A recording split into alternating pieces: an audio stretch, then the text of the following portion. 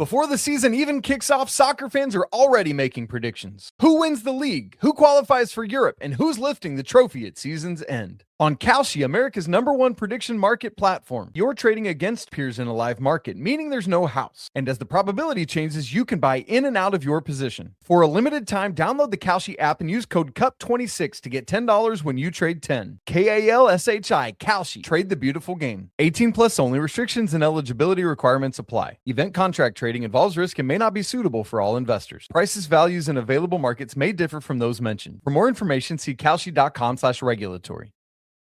When it's time to scale your business, it's time for Shopify. Get everything you need to grow the way you want. Like, all the way. Stack more sales with the best converting checkout on the planet. Track your cha-chings from every channel, right in one spot.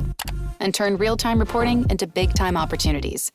Take your business to a whole new level. Switch to Shopify. Start your free trial today. I wrote a little song to remind you, Choice Hotels get you more of the experiences you value. The Cambria Hotel's got it all. A rooftop bar, have a ball. Bring a date, your squad, or even your mom. Book direct at choicehotels.com.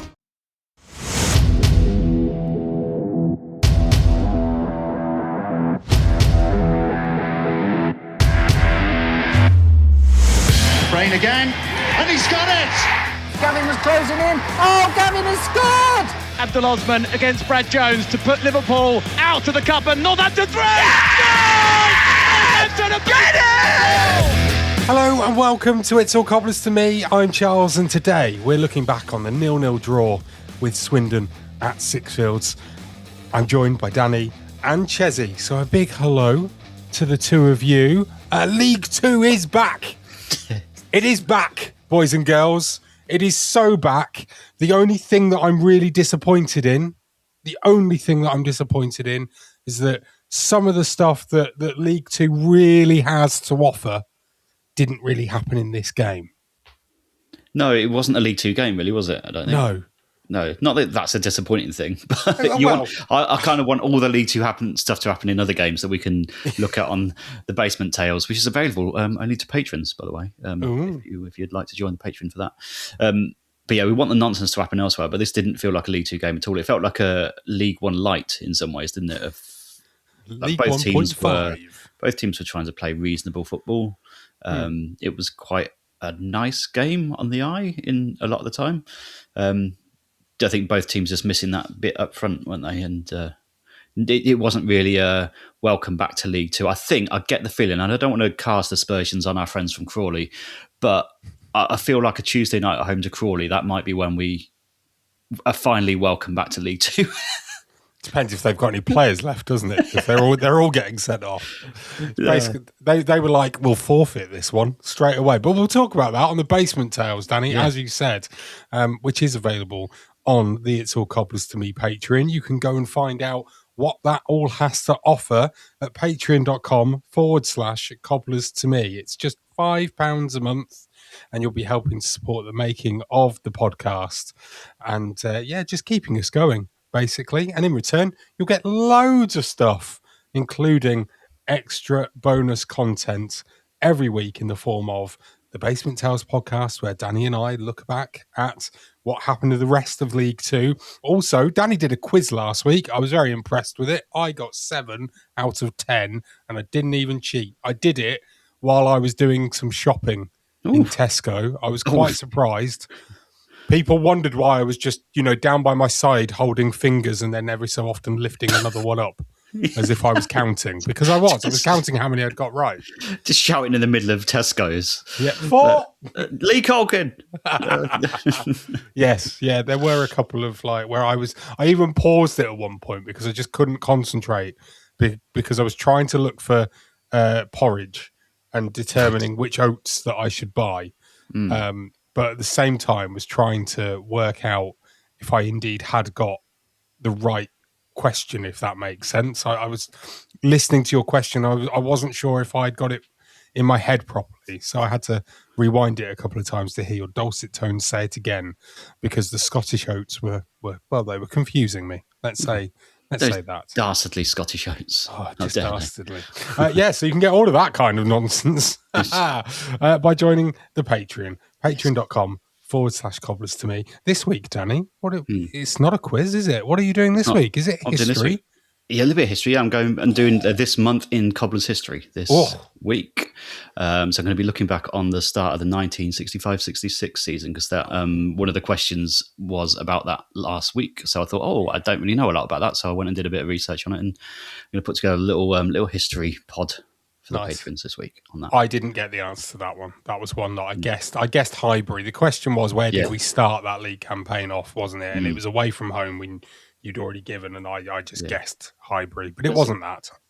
That was a good shout, though, wasn't it? So it was the only one that I could think of. Yeah. That I knew for definite that we'd played at. So I was like, let's go with that one. But yes, so history. Ooh. History, yes. Ooh. On before we move on the patrons as well, I just wanted to shout out our friend Malcolm again. I believe it was the anniversary of his birthday today, as we record.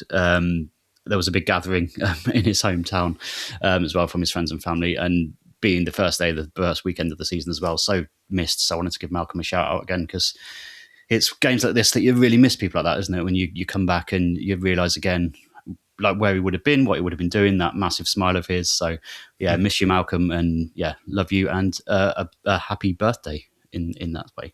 Yes, we miss him dearly. Happy heavenly birthday, if that's how you believe. I don't know. He'll be celebrating with a cream tea. Yes. He will. He will. He will. With jam first. With jam first, Absolutely. much to my utter despair. But I love him so dearly that it doesn't matter. I think that this would have been a game that Malcolm would have actually quite enjoyed after the hell that we'd gone through in the last 6 months. He'd have seen an awful lot of positives in this. Chessie, what did you make of the game? You were in hospitality. Eventually got there, yeah. You eventually got there, yeah. You had a breakdown, didn't you? Tire went or something, yeah. Not great, but you did get there. I did. What a relief. What a relief. I think there was so much, I was in the East End hospitality, which, by the way, was exceptional, as always. And you could just feel this sense of pent up frustration from the previous year, but also pent up anxiety because you're like, oh God, is this going to be like this again? And then you got out and they were just a totally different team. And do you know what? It's really interesting, isn't it? Because it wasn't a particularly exciting game as such, but it was a good game of football for a 0-0, particularly. We played so well. We did. And I think that the thing that really impressed me was that you could see what they were trying to do. It didn't look hopeless. There was so much positive going on. That I laugh, but that's the positive that everyone's saying afterwards, isn't it? It's like, that's a start because it wasn't dreadful. It wasn't dreadful. It just shows how bad it was last year, doesn't it? I think the best thing for me was that it looked like there were 11 players on that pitch that genuinely wanted to be there and were trying to do things, regardless of whether they came off, because some of them didn't, right? But every single person on that pitch played the best that they could possibly do in that time. And also being sat in the East End as well, I'm normally right at the top in pod corner, and you can obviously hear a lot more. And you could just genuinely tell that they wanted to be there. And last season, it just didn't feel like that. So I think it was refreshing to watch. I think they were organised. I think they were trying and they were coached well. So they're trying good coaching skills. The set pieces needed a bit of work, and the quality in the final third needs a bit of work. But you know what? We've got something. There's a platform. There's a skeleton there, isn't there? Mm. Yeah, and I've fallen in love with Mr. Citrus, by the way, just to let you know. We'll come on to that in a bit when we have a quick look at the new signings that we did get to see at the game. But my overall kind of arching feelings and thoughts on it are that we looked very, very, I'm going to say, assured in defence. I really liked how commanding Elliot Moore looked. And I don't know whether this is meant to sound as in be a good thing, okay? But I'm aware that it might just sound a little bit rude. But I didn't really notice John Guthrie was on the pitch. But I think it was down to the fact that Elliot Moore was so commanding. I mean, because he's basically a giant. And he just stepped in at everything. But Guthers was playing slightly out of position because sometimes he found himself on the left, channel, didn't he? But he didn't make any mistakes. There was nothing there that caused me to go, oh, what's Guthrie doing there? Or anything like that. It was just dealt with. There was only really one chance, I think, that Swindon had that put my heart in my mouth for a moment. And Jacob made the save very, very well. So I was just like, this is actually really quite refreshing and nice. And I just didn't feel at any point. And again, I don't know whether actually this is down to not being at the game myself and watching it on the TV, or whether it was this whole new kind of, I'm trying not to have so much emotion attached to it at the moment, just trying to distance myself that little bit so I'm not getting really, really het up about football. But I genuinely didn't feel like there was ever anything to really worry about. And I agree. I just was like, oh, this is nice. And the way that the one thing that I really loved, other than the fact that we look so assured in defence, the amount of times that we played the ball in between the lines, through the lines. Mm-hmm. You are our own player as well. Yeah, exactly. Yeah. It was great. And I kept going, oh, we didn't do that at all last year. This is great. Last year was very much get it out wide, try and then get the cross in. That was what we were doing an awful lot. And it always felt like we didn't know anything else to do, and therefore it was very easy just to, defend that. Whereas there were times where I was like, okay, we're playing it about in nice little triangles at times, but then we are looking for that defence splitting pass or the midfield splitting pass. It was often Evans, just basically him or Forner doing, especially in the first half, doing those little sort of turn passes, if you like, where they receive the ball with the back to the goal that they're attacking, but they manage to turn quickly and then pass the ball through the lines and it would reach the next player. And it was really good. Yes, there were things to work on. Yes, there was stuff that, we obviously didn't create enough chances and we didn't score, which is ultimately what you want to do. But I thought there were signs of such positivity. I was like, okay, I'm feeling a lot more happy about this than I was 3 months ago. Yeah. And I would much rather there be stuff to work on up front than stuff to work on at the back. And it sounds like the boring thing to say, but I think having seen teams that have done the double dip, as they call it, the double drop, double dip over the season, double dip, dip it. They've been all over the place at the back 2 seasons in a row, and that was my concern of, are we going to be so open again at the back? Are we going to, the confidence going to be lacking? But I think the big thing to me was the players that did come through last season and they're almost tarred with that, came back and they were like, no, new fresh leaf, let's have it. You could tell Elliot Moore's so much fitter than he was last season. Pre-season, that's no fault of his own. Last season we just brought him in and asked him to go there and do a job. Not his fault at all, but we can tell. He'd not played for 6 months, had he? That's it. And you can tell Guthrie's like a million times more fit as well. I thought Tyrese in patches looked a lot more up for it in his mannerisms and everything, where he was going out the midfield. Just in general, I thought there was so much more of a plan, right?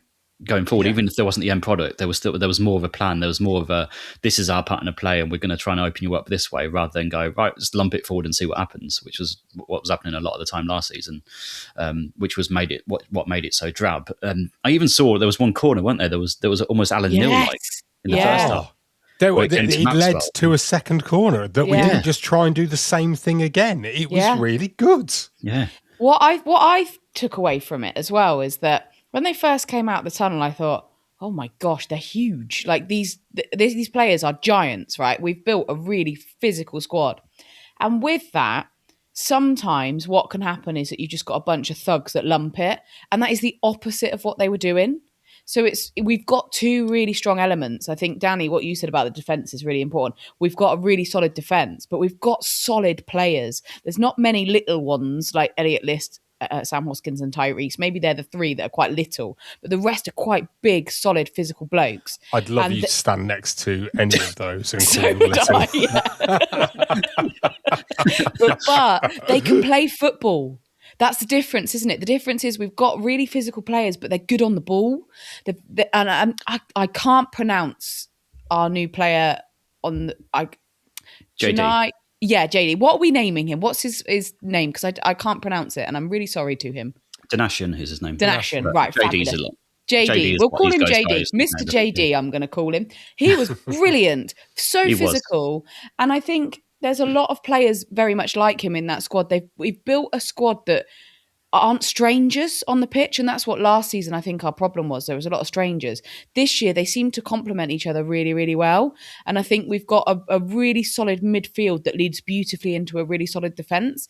Look, there's so much work we've got to do, and there's a lot of work up front, but if that's your starting point, then I think there's a way forward with these players.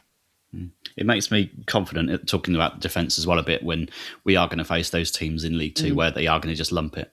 Yeah, I think I saw some comments about Oldham at the weekend. Was it Port Vale they were playing? Yeah. Yes. And John Brady, I think afterwards, was saying about how they knew what they were going to do, but they just didn't cope with it. I'm quite confident that this is easy to say now, but I'm quite confident that we can deal with that kind of thing, deal with an aerial bombardment when it does come, when we face those teams that are more physical, that will play a different way, that we might, traditionally struggle against because they're quite physical. It gives me the confidence that we are going to be able to face up to that kind of thing.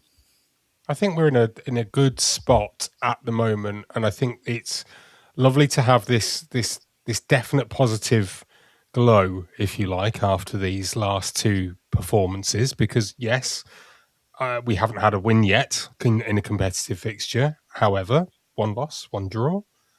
Hopefully, it turns into a win in the next game, and we'll carry on in that fashion then from then on. But there were signs where I felt like, okay, we are doing a lot of stuff which I haven't seen us do for a long while. There were some risky balls that were being played, which were coming off, because that's the thing. It's all well and good playing a risky ball, isn't it? But it's how many times does it actually come off and land at a teammate's feet as opposed to the opposition. Those coming off was really good to see. We just didn't quite get. I didn't think that we got Matty Warhurst into the game enough. We didn't give him enough to really, try and get on the end of, essentially. I don't think he had a bad game. I think it was more just a case of he was, not fed properly, if that makes sense. I would agree with that. I think I think what will come from him, firstly, I think he probably does need a couple of goals just to kick on. But I do think what will come with him is the learned behaviours of the physicality. I think that will come. We've talked about this before. He's never, ever was going to be a finished article. But I think it'll be quite interesting to see what happens when he's played with another up front, because leaving him kind of a bit isolated. And I know that necessarily wasn't the game plan, but leaving him, he was left quite isolated, and that's probably down actually to Swindon's good work as well. I think he was quite isolated there. But the one thing that we noticed quite early on in the game is that there is a marker quality there that you can automatically just tell a player's got. There was a couple of touches he made, and there was one particularly on the far side that he made, and instead of going for the ball and picking up the ball, he knew he wasn't going to be able to overcome the attacker, the defender that was behind him. So he just ferried it out. So we'd got the throw in. And actually that's such a fantastic, intelligent football brain to know to do that at that age, to actually know, actually, I'm not going to beat this defender right now in this position, but I can make sure we keep our possession. And that is so important. Yeah, I felt like the one thing that, and I'm sure that this will come over time, I think he could have been a little bit stronger. I think that's partly of what you're saying there, Chessie, is that there is a little bit of physicality that he needs to be aware of. But he wasn't alone in that. I think, for me, I thought Wormleighton, I thought he had a fantastic game, but there were just a couple of moments where I was just like, I just wish you were a little bit stronger. Can you just get back on the squat rack, please? And he was trying too hard. Doesn't he? Yeah. It's quite excited on the ball. Yeah. I'd love to see it. I love it. I love the fact that he's so positive, and the fact that, we're playing wing backs, but whereas last season we were playing wing backs and they barely got over the halfway line. Charles, stop. We weren't playing wing backs. We were playing nonsense. There was no such thing as playing wing backs. We didn't know what we were doing. Nonsense. Well, it was nice to see that our wing backs were actually getting to the byline and crossing the ball. I mean, a lot had been said, I think, in the last week or so about the partnership that Maxwell and Briggs have started to develop during pre-season on the left-hand side. But I felt it was actually the right-hand side where we were far more, we posed for far more of a threat initially. Just Wormleighton just seemed to be on a mission.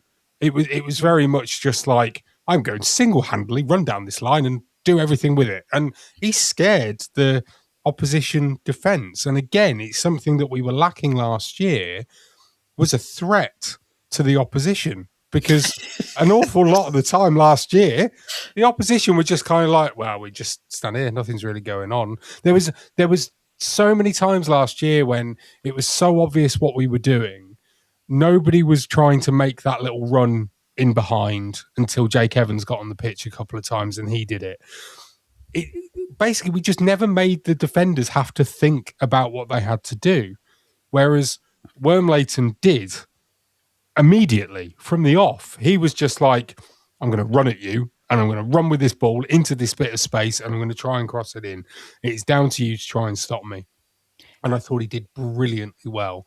And it was a joy to see him back on the pitch, even though I was quite surprised to see him start. So was I.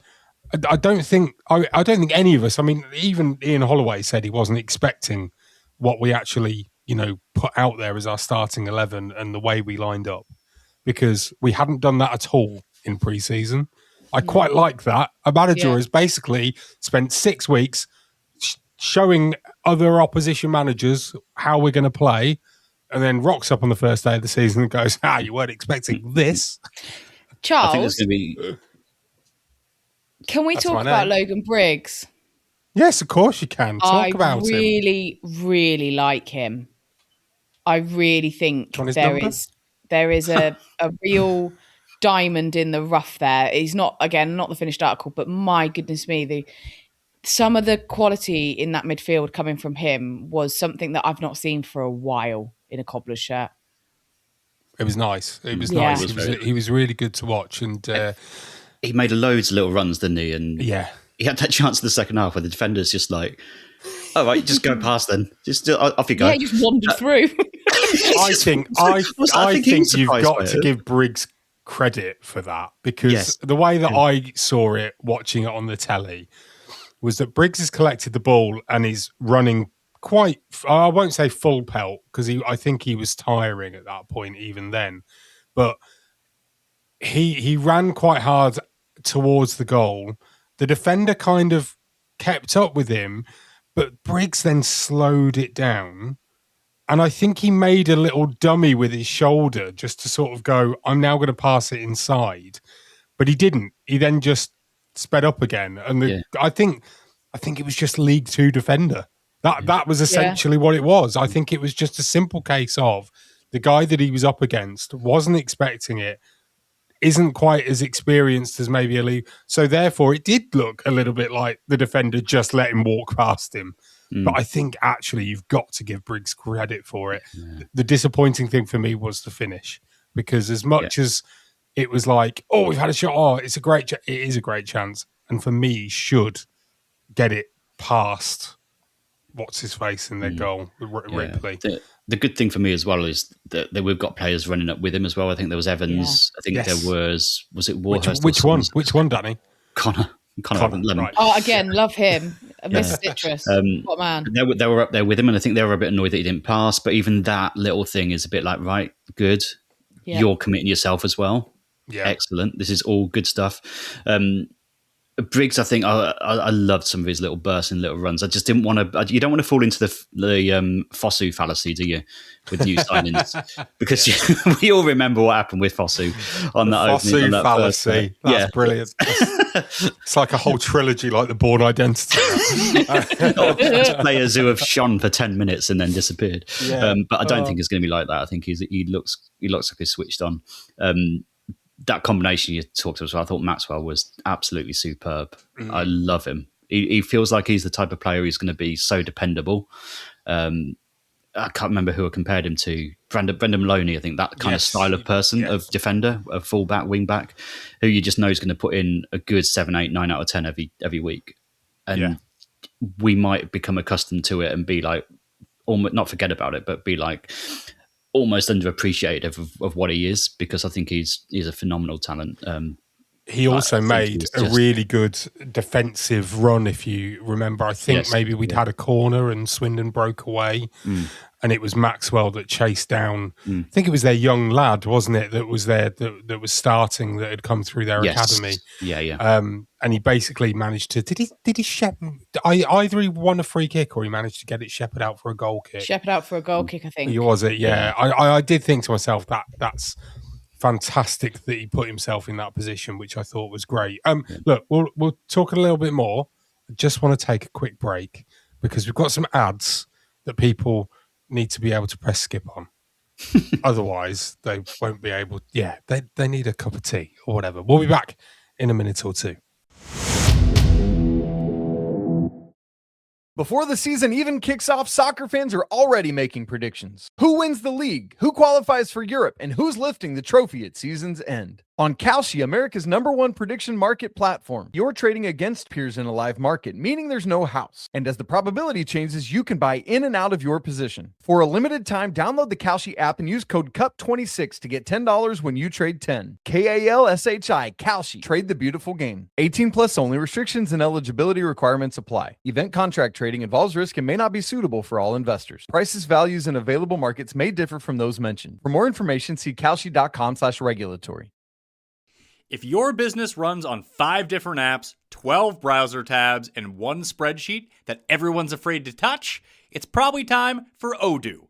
Odoo is an all-in-one business management software that connects every part of your business into one powerful, easy-to-use platform. So instead of wasting time switching between disconnected systems, your entire business works together in real time. Your team moves faster, your data stays accurate, and you can actually focus on growing your business. Let one unified system run your entire business. From the first opportunity to the final payment, everything works together in one place. Whether you're a small business or managing a large operation, Odoo gives you one flexible platform built to grow with you. Learn more at odoo.com. That's ODOO.com. Welcome back to It's All Cobblers to Me. Just before the break, Danny was about to go hell for leather on naming the new Brendan Maloney as James Maxwell.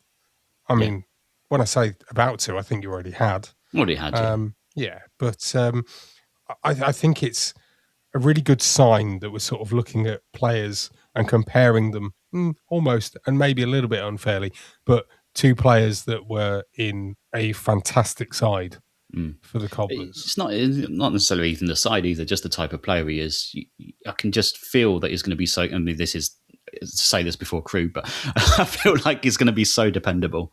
The whole thing, we've still got Statman Wes on our WhatsApp group, and he's stuck around after the World Cup on our WhatsApp.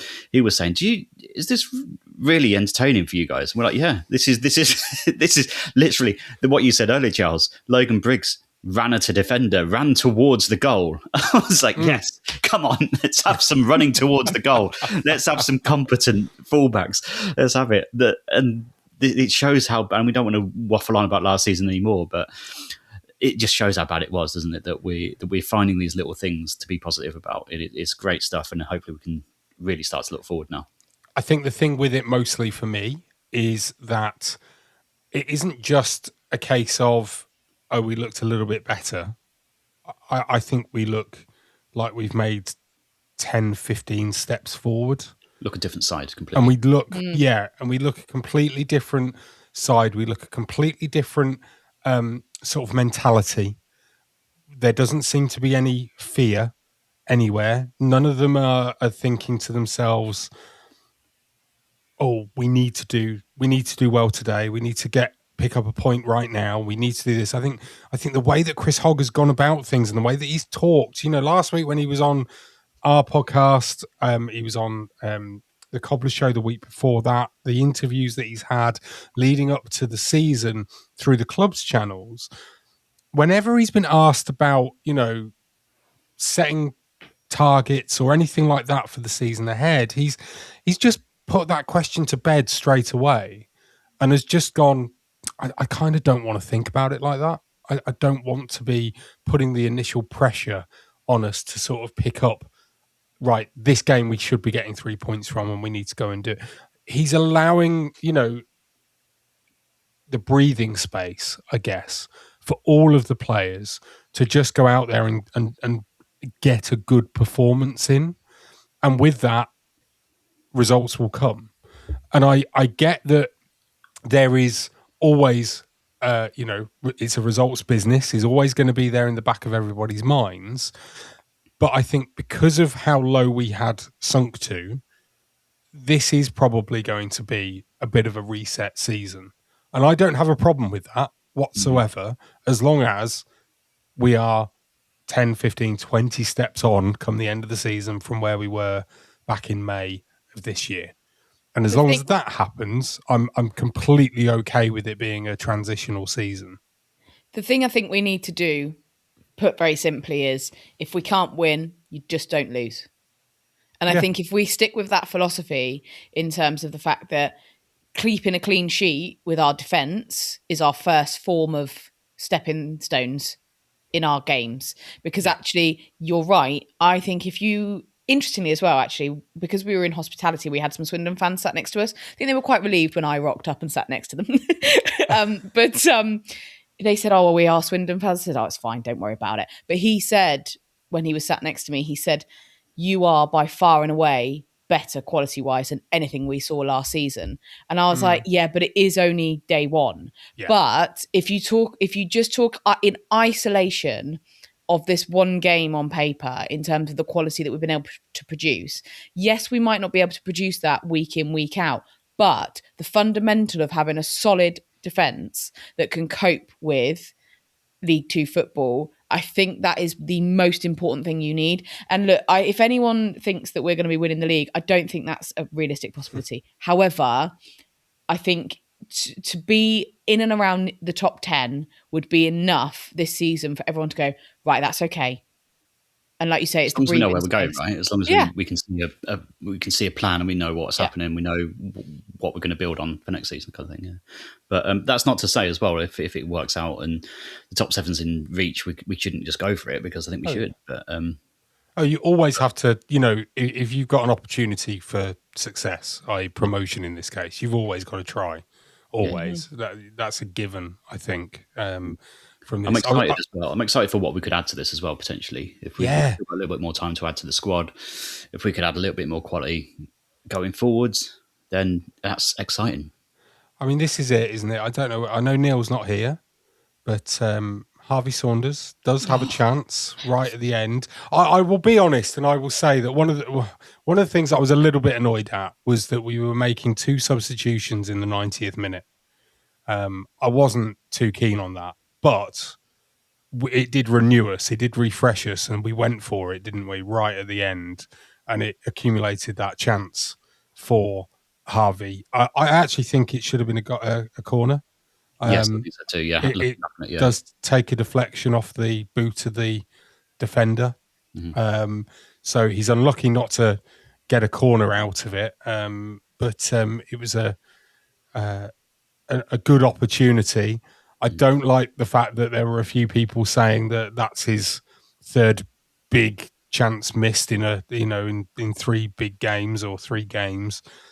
That was nowhere near as good of a chance as last week's, or of the one right back at the very beginning of pre-season either.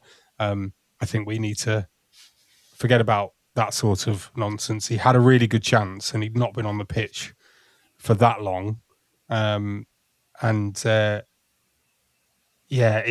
think this kind of leads me on to what the big thing that we still need improvement in is attack.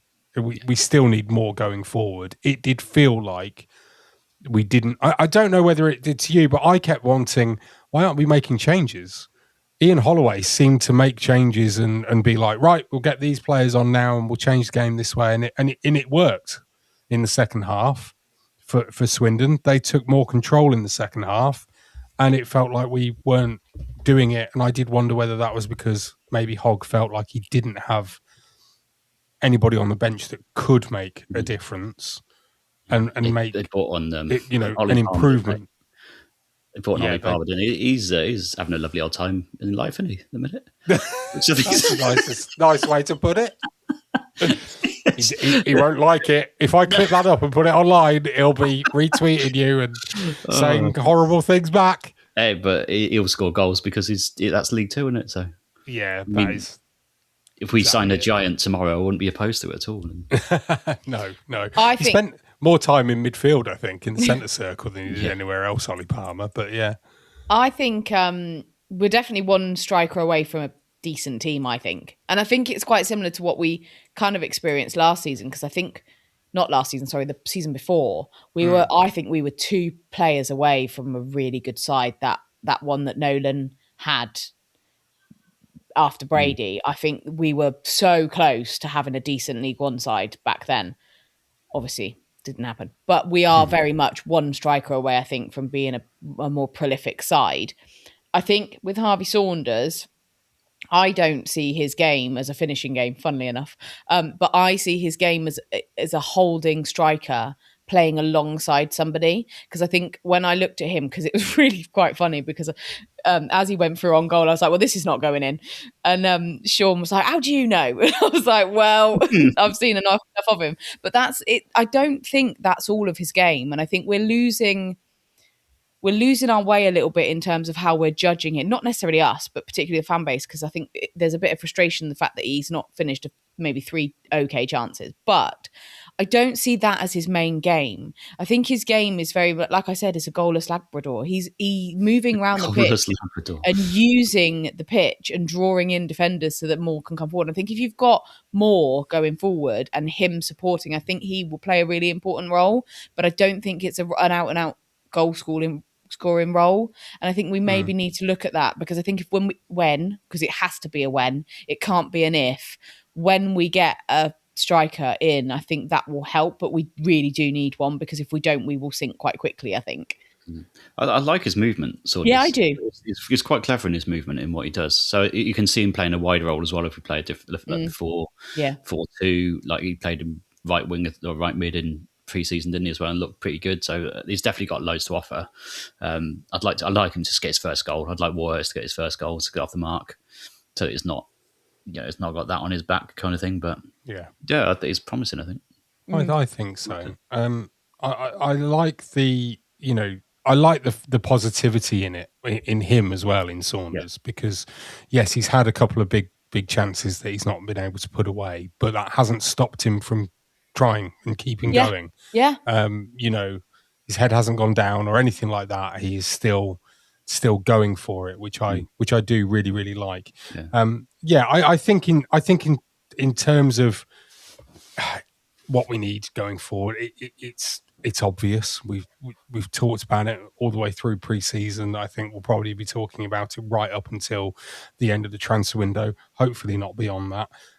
So that's fairly done to death almost. Very, very quickly before we go to 3-word reviews, Danny, I'm going to ask you this, but were you surprised that little Sammy Hoskins named in the squad on the bench, and for the first time in what must be a long old time, he didn't feature? I was surprised. Isaac was devastated. He loves Hoskins. It was like, is this Sam? Is this Sam? Every time the sub went up, I was like, no, it's not. It's like, no, it's not Sam. The only thing I can think of is he might not be fully fit yet, potentially. Yeah, maybe. Because you think he's the type of player you bring on with a bit of experience, end of the game kind of thing.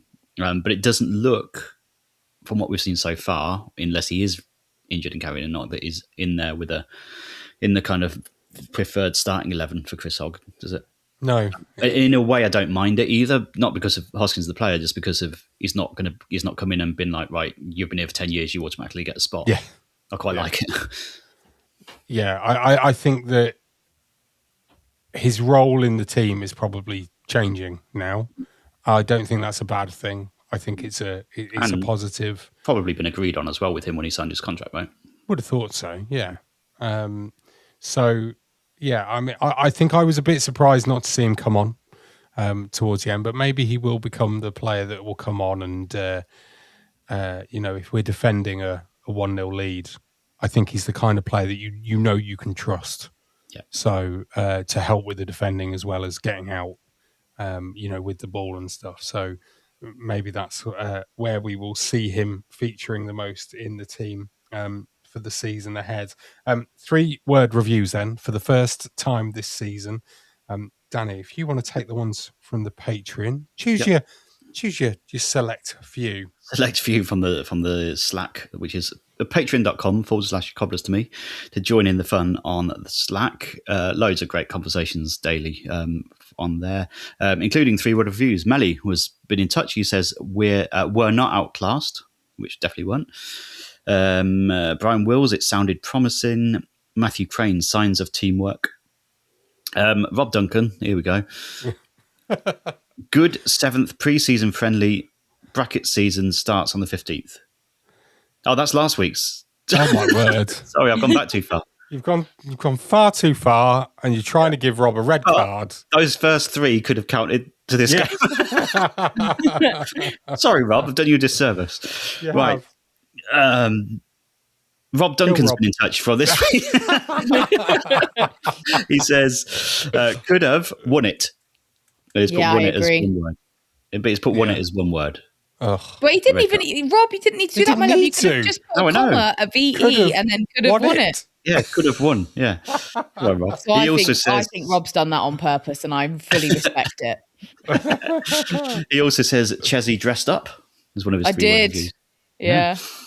You almost didn't recognise me in hospitality when he was in there. Ashley Hardy says losing streak ended. Marco Clark, point on board. Charles Commons says we didn't lose. It's true. Gareth from Gareth and Valerie fame comes at it a different way, saying 2 points dropped. Yeah, but that's a good thing, I think, at this stage. I think Gareth might be right as well. Yeah. Who else have we got? We've got Kim Ribbons, Shirami USA. She says work to do, not too horrible, and proper League 2. Again, yes, Dean, we didn't lose. Rob Duncan is back. No hydration break. Hallelujah. No. Hallelujah. I will say on that, and hear me out, there was a bit approaching about 20, 25 minutes of the game. Yeah. Needed a wee. I thought, oh, you know what? I'll wait for that hydration break. I know. I was like, you know what? Hydration break might not be the worst thing right now if we can stay with him. Get out, Daddy. Get the break in there. Daddy loves hydration break. Pass it on. Just as much as Charles likes drums. This was great from Tara. I enjoyed this. Worm has turned, she says. Oh, nice. Enjoyed Very that. Nice. Dan Darwood not going down. Shout out to the Not the Top 20 podcast there, maybe. A few more we didn't loses. Brian Wills, work in progress. Kieran West, we are undefeated. Not another Rob says, show me money. Want some money. Neil Jarrett, I enjoyed that. Tom Chiswell, 1-1 undefeated. We've got Matthew Crane, real positive signs. And Melly is back again saying, fell asleep again. Lovely. Thank you, Danny. Fell asleep again. Takes a lot to impress Melly, doesn't it? Well, it does, but also, I mean, he is watching in the middle of the night. He is upside down, yeah. You know, this is true. Yeah, he is exactly. upside down. He's hanging from a tree. Yes. Is he a bat? Yes, just like a bat. Idris Scott Wade on X said, work in progress. We had a few of those. Typical season opener, said Phil Kirby. More positive today, said Graham Treadwell. I was laughing because I just saw Cobbler Man fan that said 13 stays up, which I enjoyed just sort of seeing there. It was good. I liked it. I mean, look, I'm trying to pick out ones that are slightly different to give a different perspective. Steve Murphy went with physical forward needed, which I think is fair. Shoots a recovery, said Rodney Marshall. Need fine tuning, said Patrick Payne. They're all kind of pretty much, the positive ones. We had awful in attack, Dan Surridge. He did then put as always in brackets, so probably deserves a red card. But fair enough. I'll read it out. MK Cobbler said worry about goals. And Adam Treen went Northampton Town 0, which is fair enough. And then our friends from the Falls Rush In Swindon Town podcast said boring and, well, they used the poop emoji. So I presume the word they're looking for is shite. Boring and shite is what they went with. And there were a few. I had to hand out a couple of red cards this week. Yeah. I don't know if you knew this on the Twitter, but I am going to be a bit more stringent with this year. Rob Duncan had got one. And I think this might have been you, Danny, giving this one out, in fairness. So I did give one of them, yeah. Shoe Army TV, who said, I enjoyed this interaction. Yeah. Because he put, Saunders needs sold already. That's forwards. Yeah. So you gave him a red card. Perfect. Yeah, for that. And I think he thought I gave him a red card for the comment, which wasn't what I was trying. But he replied, "Are you blind?" Yes. Which, in fairness, he got a 3-word in there, so it was good. But you did say, you then clarified that it was for the 3-word review being a 4 words. Yes. And then he replied, "Saunders is awful." So again, 3 words. Well done, Shoe Army TV. I don't know if you can come back from a red card, though. I don't think if that's possible. I don't think you can. No. But I enjoyed the interaction. It was funny. It was fun. The rot stopped was the last one that I'm going to use. That's from Matthew at Magiball, I think, is the handle there. But yeah, I think overall most people seem to be happy, just like we are, with that as a performance to start the season off, which is very, very good. There is Vroom trophy action on Tuesday. Yeah. Danny, you were saying earlier in the weekend for us, that you were surprised that this was happening so early. You didn't realise that there was a Vroom game in midweek, which is absolutely fine. We don't always look at the fixture list too far ahead, do we? Or expect a Vroom to be in there. It feels like it came out of nowhere, doesn't it? It came out of nowhere, completely and utterly. Because they don't put them on big fixture lists either, so it I was like, because it won't be every game, will it? Not every team in the competition will be playing on Tuesday or Wednesday or whenever they might be playing them. So, yeah. But the one thing that I thought was interesting in our WhatsApp chat between the three of us and Neil, you and Neil, Danny, were talking about how you don't think that Neil should be booking a hotel for Wembley this year. You just don't get the vibes. Don't get the vibes yet from Chris Hogg that it's going to be one that is going to go all out, balls up for. I don't think anyone does at this stage, though, do they, in terms of the competition? But I don't know why that is either. I just get the feeling that he might be fully focused on the league, put a little bit more of a younger squad out, because they'll have the fringe players, I'm sure, like the people who didn't come on Saturday. But I feel like it's not one that is going to go all out for. I might be wrong, but we'll see. I think I'm expecting to see, like you say, the players that were maybe on the bench but didn't feature, and the players that didn't feature in the squad that are fit as well, with a smattering of youth. Smatter it. Smatter it. That'll be interesting. On Saturday, we are away at Crewe, and we'll be wearing our brand new, sexy third kit, Chessie. Yes. Oh, it looks nice. Have you seen it? It does. What were you on about when you talked about the claret? There's little like scratches of claret and white in it. Oh, I'm colourblind, so I can't see. I didn't think that just now. So I was like, what are they on about? Because I couldn't see it. But normally I can tell. I can't see the colour, but I can tell. But literally, it's just completely black to me. Oh, so, okay. I mean, great, Fair enough. but you're probably not the best person to ask, really. I mean, it's a kit. I mean, I don't mind. I It's don't a have any strong t-shirt, opinions on it's it, fine. but I can't see it Fair like enough. you guys see it. So it's probably not the best judge of character for that one. No, fair enough. Danny, do you like it? Are you I going to buy do. it? I really like it. Yeah, I think I do out of the like three, it, it's by the probably way. my favourite. Yeah. Is that the one that you'd buy though, Chessie? Well, I'm a sucker for a home shirt. Yeah, me too. I'm a sucker for a home shirt, unless it's Yeah. a really good away shirt, like the pink one. Yeah, you see, I mean, this is my problem with football shirts, especially at our level. 50 quid is ridiculous. It just Yeah, is. that's Yeah, I'm but sorry. Charles, You've got to but absolutely got- love it, haven't you? Right? you have. Yeah, And I You gotta go do in in think May. that. Well, yeah, but I mean, it's fine, and I get the thing that, like, yes, actually, there's probably some, you know, of last season's shirts available for 20 quid or whatever right now. Great, but you know why that you want a shirt. You want the shirt at the beginning of the season when the club are going to be wearing it, and that's every football club. That's how it works. But that doesn't excuse the price point of 50 quid for adults and then 42 or 43 for juniors. Yeah, no. I know that the reason why it's cheaper is because you're not paying VAT on it because it's children's clothing.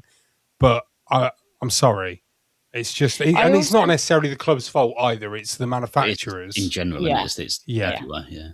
But Cheltenham are I charging just- 60, No. and I think That's- that's extortionate. Is that because they've had to make two and then like combine them together? One red shirt, one white, and then they slice it up and then stitch it together by hand?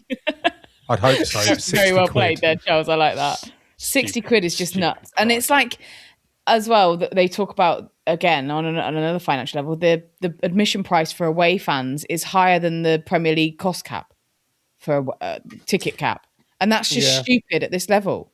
Why is You that say allowed it's to happen? stupid. Well, you say that that's stupid, but don't forget the Premier League clubs get far much more money from TV revenue and everywhere Yeah, else. they do. So they are financially able to cap it, Yeah. whereas the lower leagues are not. I mean, that is the one thing that I would say. The caveat, you know, I think the kits are a different story because it's across the board that they are overpriced and just pieces of fabric, essentially, in your club's colours.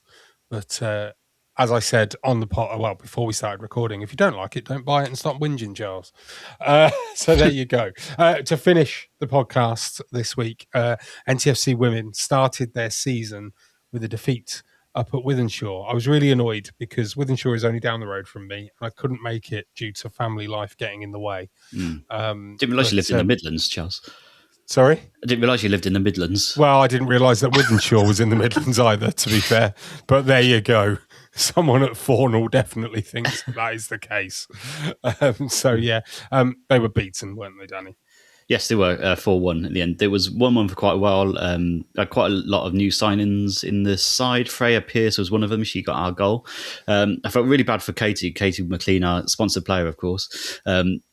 Apparently produced a wonder save just before they scored, and they parried it out and they rebounded and scored. So that was gutting. I think it just got away from us in the second half a little bit. Obviously, don't know too much in terms of how it went on at the moment because I haven't spoke to anyone at the game yet. But looking to get an NTFC Women pod in this week, so look out for that. And hopefully we'll speak to somebody who was at the game to get a kind of feel on how that was. But Wythenshawe looked like they just had a little bit too much in the second half. Sorry, Joss. Well, I was going to say from what I know about Wythenshawe, because I had a chat with somebody I know was playing for Warrington Town women up until this season. She's just retired, and she filled me in on some Wythenshawe information. Wythenshawe made of money. That's what they are. They have risen through the leagues in the regional leagues, basically getting players that are from the tier 3 and tier 4 to go and play for them for money, and they have just wiped the floor with everybody that they've come up against. For the last 3 years, I think it was. So I actually am not surprised by that scoreline. I think Wythenshawe are probably going to be looking to be either, winning the division this season, or they'll be right up there at the end. Obviously, we don't know, and it could be was it Colchester that beat Norwich 7-1 on the opening day all those years ago, and then Norwich took Paul Lambert from them. Yes, they were like, oh, if you beat us that much, come and be our manager. So you never know. It could be just an opening day anomaly, but I'm expecting Wythenshawe to be a very, very good side. So I think we're a competitive league in general. Yeah. I've got first home game next week against Sporting Cowser at the Fernabeu. Lovely. That's always a good fixture as well, isn't it, Sporting Cowser? Yes, it's always quite tight, yeah. So that'll be a good one.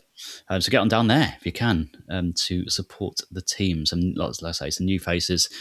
First full season in charge for the management team as well. So need all of your support. Get on down there.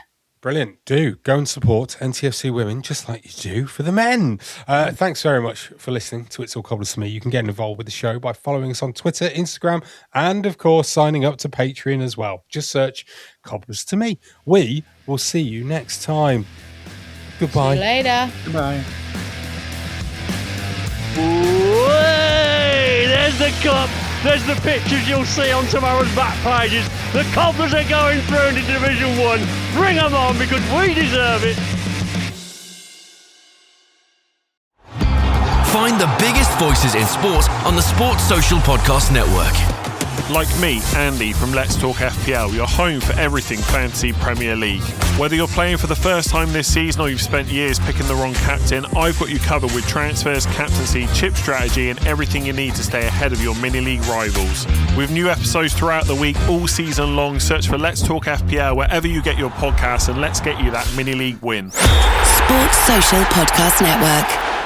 Sports Social Podcast Network, the biggest voices in sports. Let's take a look at some of the lineup. Last word on Spurs. This rebuild is how you build a top team. Tennis Unfiltered. We've got to stop this fixation with we need Sinner and Alcaraz for everything. The Blue Room. I can't speak highly enough of Hayden Hackney. I think several Premier League clubs will be left looking back and thinking they should have been the club to sign him. All on Europe's biggest sport podcast network. Find your next favourite sport podcast. Search Sports Social Podcast Network and listen wherever you get your podcasts.